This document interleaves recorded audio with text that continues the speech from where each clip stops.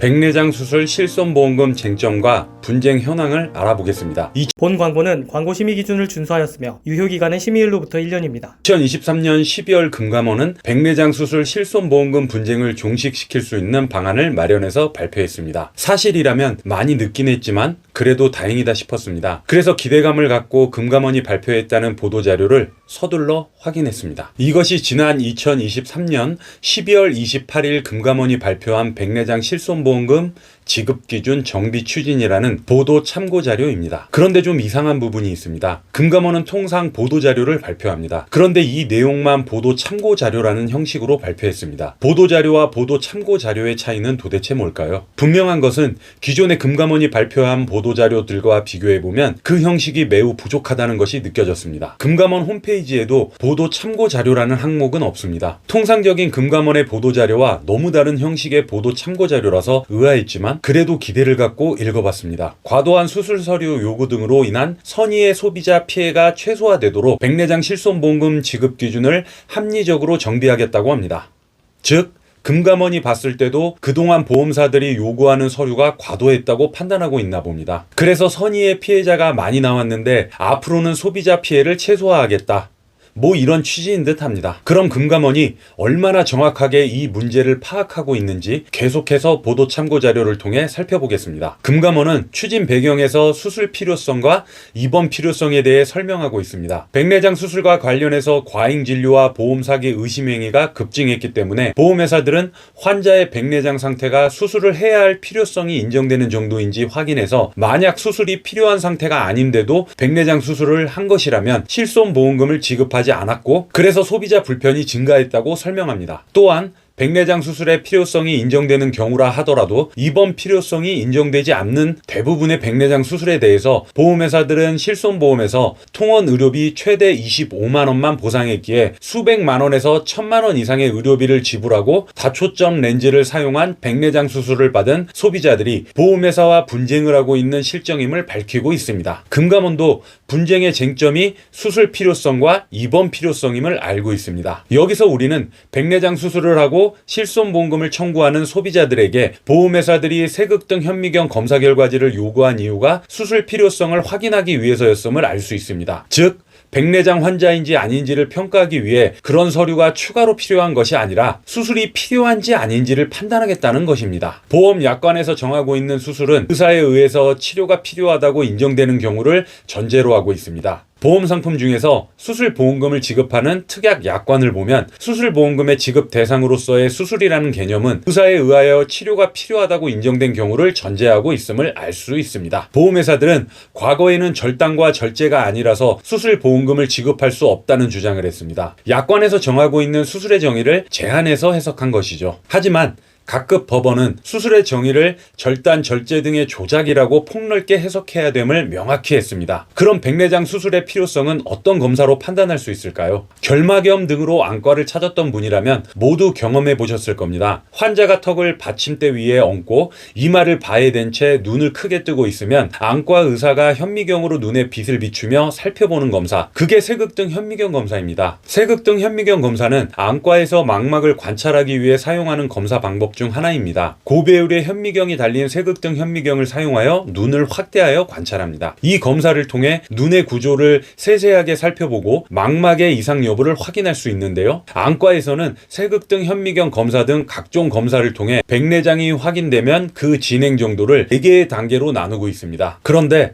금융감독원이 2021년 6월 2일부터 시행한다며 발표했던 감독 행정작용을 보면 진행 단계 중 3단계 이상일 때 백내장 수술이 필요하다고 되어 있습니다. 그런데 일선 안과 의사들은 의무사항이 아니라서 세극등 현미경 검사 결과를 보관하지 않고 있는 경우가 있습니다. 그리고 세극등 현미경 검사 결과만으로는 백내장 상태를 정확하게 확인할 수도 없습니다. 가장 정확한 방법은 세극등 현미경을 사용해서 의사가 육안으로 백내장 상태를 확인하는 것입니다. 이와 같은 사실은 판결에서도 확인할 수 있습니다. 상황이 이렇다면 보험회사는 백내장 수술 환자가 실손보험금을 청구했을 때 세극등 현미경 검사 결과지를 요구하면 안 됩니다.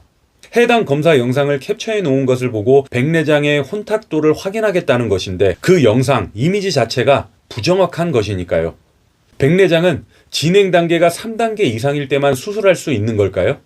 앞서 살펴본 금융감독원의 공문을 보면 금융감독원은 세극 등 현미경 검사 결과 백내장의 진행 정도가 3단계 이상일 때 백내장 수술이 필요한 것으로 판단하고 있습니다. 그런데 질병관리청 국가건강정보 포털에서는 다음과 같이 백내장 수술 시기에 대해 설명하고 있습니다. 혼탁이 진행하여 직업이나 일상생활에 크게 지장을 줄 만큼 시기능이 나쁠 경우라고 되어 있지 백내장 진행 3단계인 성숙 백내장일 때 수술할 수 있다고 되어 있지 않습니다. 사람마다 직업이 다르고 일상생활에 지장을 느끼는 정도가 다를 수 있으므로 환자의 자기 결정권이 존중되어야 하기 때문입니다. 즉 수술 필요성에 대한 입증을 소비자에게 요구하지 못하도록 해야 합니다. 하지만 금융감독원이 이번 보도 참고자료에서 제시한 해법은 다음과 같습니다. 과잉 진료 또는 부당 청구 우려가 적은 경우에 추가 증빙 자료, 세극 등 현미경 검사 결과 없이 수술 필요성을 인정하겠다고 합니다. 그런데 금융감독원이 생각하는 과잉 진료 또는 부당 청구 우려가 적은 경우의 기준도 매우 흥미롭습니다. 첫 번째, 수술일 기준 65세 이상의 고령자가 백내장 수술을 한 경우. 두 번째, 상대적으로 고가인 다초점 렌즈가 아니라 단초점 렌즈를 사용해 수술한 경우. 세 번째, 개원이들이 안과가 아니라 종합병원 또는 상급 종합병원에서 수술한 경우. 이렇게 세 가지 경우에 해당되면 세극 등 현미경 검사 결과지를 요구하지 않겠다는 것인데요. 그럼 이제부터는 금융감독원이 제시하는 해법 중에서 수술 필요성보다 더 중요한 입원 필요성은 어떤 것인지 알아보겠습니다. 금융감독원은 보도 참고 자료를 통해 백내장 환자라고 하더라도 입원 치료가 불필요한 경우 통원보험금을 지급하라는 대법원 판결이 있었고 그 판결 이후 보험회사들은 입원 필요성이 없는 대부분의 보험금 청구에 대해 통원 한도로 보상하였다고 밝히고 있습니다. 대법원 판결문의 이유 부분을 보면 쟁점을 판단하지 않고 상고심 절차에 의한 특례법 제4조 제1항 각 호에 정한 사유를 포함하지 아니하거나 이유가 없다고 인정되므로 상고를 기각한다고 되어 있습니다. 이 대법원 판결의 2심 판결문을 자세히 살펴보겠습니다. 이 소송은 A보험사가 고객을 대상으로 제기한 채무 부존재 확인 소송입니다. 백내장 수술을 하고 실손보험 입원 의료비를 청구한 소비자에게 지급해야 할 보험금이 없음을 확인해달라며 A보험사가 제기한 소송의 2심이죠. 대략 내용은 사실관계와 증거를 감안했을 때 소비자는 보험 약관상 입원 치료를 받은 것이 아니라 통원 치료를 받은 것으로 판단된다. 소비자가 보험회사로부터 입원 의료비를 받기 위해서는 의사가 입원이 필요하다고 인정한 것이어야 하고 의사의 관리를 받으면서 치료를 받았어야 하며 최소 6시간 이상 입원실에 머무르거나 처치 수술 등을 받고 연속하여 6시간 이상 관찰을 받았어야 한다. 이 사건 수술에 관한 진료비 세부 산정 내역에는 납병동 입원료가 포함되어 있는데 납병동 입원료의 경우 종합병원 응급실 또는 수술실 등에서 처치 수술 등을 받고 연속하여 6시간 이상 관찰 후 당일 귀가 또는 퇴원하는 경우에 산정하도록 되어 있으며 이 경우 의료기관은 진료시간과 종료시간을 기재하여야 한다. 진료기록부에 따르면 이 사건 수술을 위한 진료는 2시간 정도 소요되었을 뿐이고 납병동 입원으로 인정되는 조건을 갖추지 못하였다. 병원도 백내장 수술은 특별한 경우를 제외하고는 입원할 필요가 없다고 안내하고 있다. 이런 사정들을 종합하면 소비자가 받은 백내장 수술은 입원이 필요한 수술에 해당하지 않는다. 학회에서 발간한 백내장 진단 및 치료 지침에 따르면 백내장 치료를 위한 이 수술의 경우 다양한 합병증이 발생할 수 있기 때문에 의사는 수술 후 환자에게 합병증이 발생할 수 있는 시기와 시기능이 안정화되는 시기까지 환자를 추적 관리하도록 되어 있다. 그러나 수술 후 부작용이나 합병증 등 후유증이 발생할 가능성이 있다는 사정만으로 이 사건 수술의 경우 입원 치료가 필요하다고 인정할 수는 없다. 진료기록부와 진단서 등 이 사건 수술과 관련한 의료기록 어디에도 수술 과정에서 소비자에게 부작용이나 합병증 등 특별한 문제가 있었다는 내용도 없고 수술 후 의료진이 소비자에게 시간대별로 어떤 구체적인 처치나 관리를 하였다고 인정할 만한 내용이 전혀 없다. 게다가 입퇴원 시간조차 확인할 수 없다. 진료 기록부 등을 통해 실제로 입원 치료를 받았음이 확인되지 않는 한 입원 퇴원 확인서의 발급만으로 입원 치료를 인정할 수는 없다. 이 사건 의원은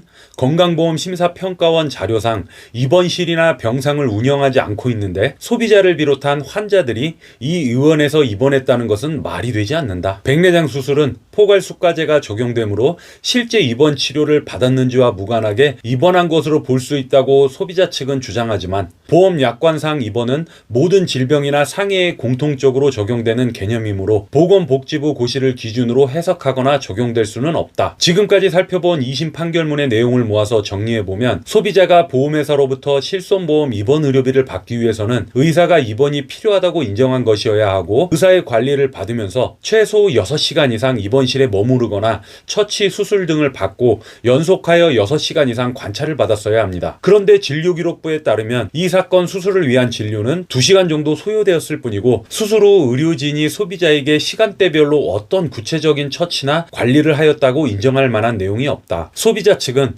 백내장 수술은 포괄수가제가 적용되므로 실제 입원 치료를 받았는지와 무관하게 입원한 것으로 볼 수 있다고 주장하지만 보험약관상 입원은 모든 질병이나 상해의 보건복지부 고시를 기준으로 해석하거나 적용될 수는 없다. 학회에서 발간한 백내장 진단 및 치료 지침에 따르면 백내장 치료를 위한 이 수술의 경우 다양한 합병증이 발생할 수 있기 때문에 의사는 수술 후 환자에게 합병증이 발생할 수 있는 시기와 시기능이 안정화되는 시기까지 환자를 추적 관리하도록 되어 있다. 그러나 수술 후 부작용이나 합병증 등 후유증이 발생할 가능성이 있다는 사정만으로 이 사건 수술과 관련한 의료 기록 어디에도 수술 과정에서 소비자에게 부작용이나 합병증 등 특별한 문제가 있었다는 내용도 없다. 이 사건 의원은 건강보험 심사평가원 자료상 입원실이나 병상을 운영하지 않고 있는데 소비자를 비롯한 환자들이 이 의원에 입원했다는 것은 말이 되지 않는다. 그러므로 소비자는 보험약관상 입원 치료를 받은 것이 아니라 통원 치료를 받은 것으로 판단된다. 서울고등법원이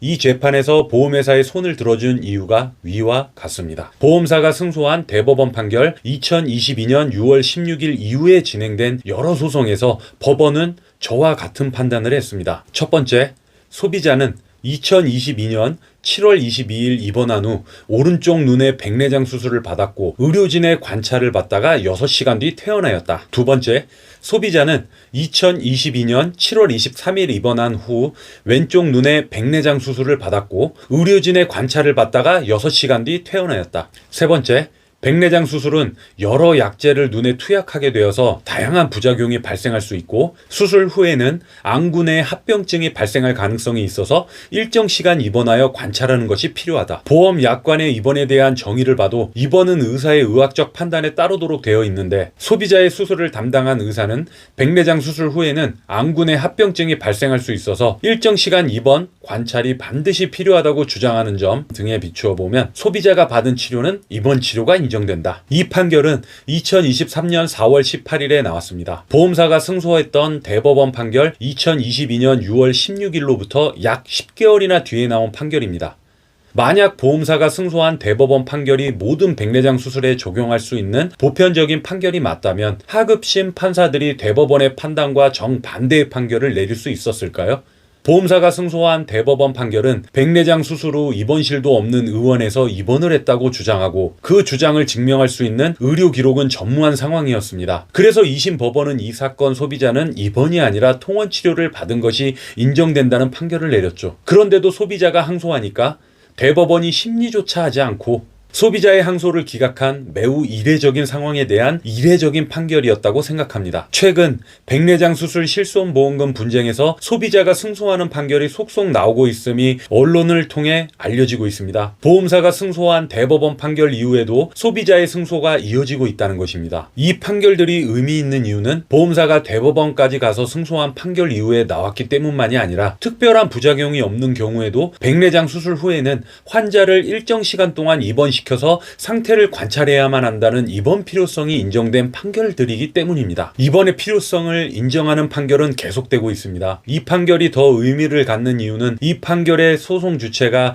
바로 2022년 6월 16일 선고 2022-216749 승소를 이끈 보험회사이기 때문입니다. 보험사는 소비자 한 명에게만 채무 부존재 확인 소송을 제기했던 것이 아닙니다. 그중 한 명을 상대로 소송에서는 최종 승소했지만 다른 한 명을 대상으로 진행한 소송에서는 졌습니다. 그런데 이후 보험사는 항소를 하지 않았습니다. 이 보험사는 1심과 2심에서 패소했는데 대법원에 항소를 하지 않았습니다. 아직까지 백내장 수술 실손보험금 분쟁과 관련한 대법원 판결은 이 보험사가 대법원에서 승소한 판결만 있기 때문에 백내장 수술 후 보험금을 청구하는 소비자에게 그 대법원 판결문을 제시하며 소비자에게 보험금 심사를 해왔습니다. 이쯤 되면 금융감독원이 나서서 소비자를 보호해야 합니다. 경제적인 여건상 또는 법률에 대한 정보의 비대칭성 때문에 대부분의 소비자는 보험회사를 상대로 소송을 할 수 없습니다.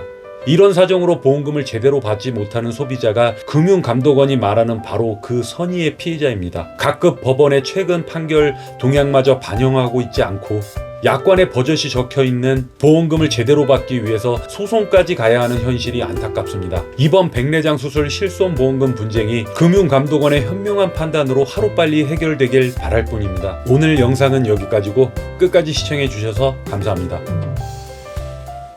본 광고는 광고 심의 기준을 준수하였으며 유효기간은 심의일로부터 1년입니다.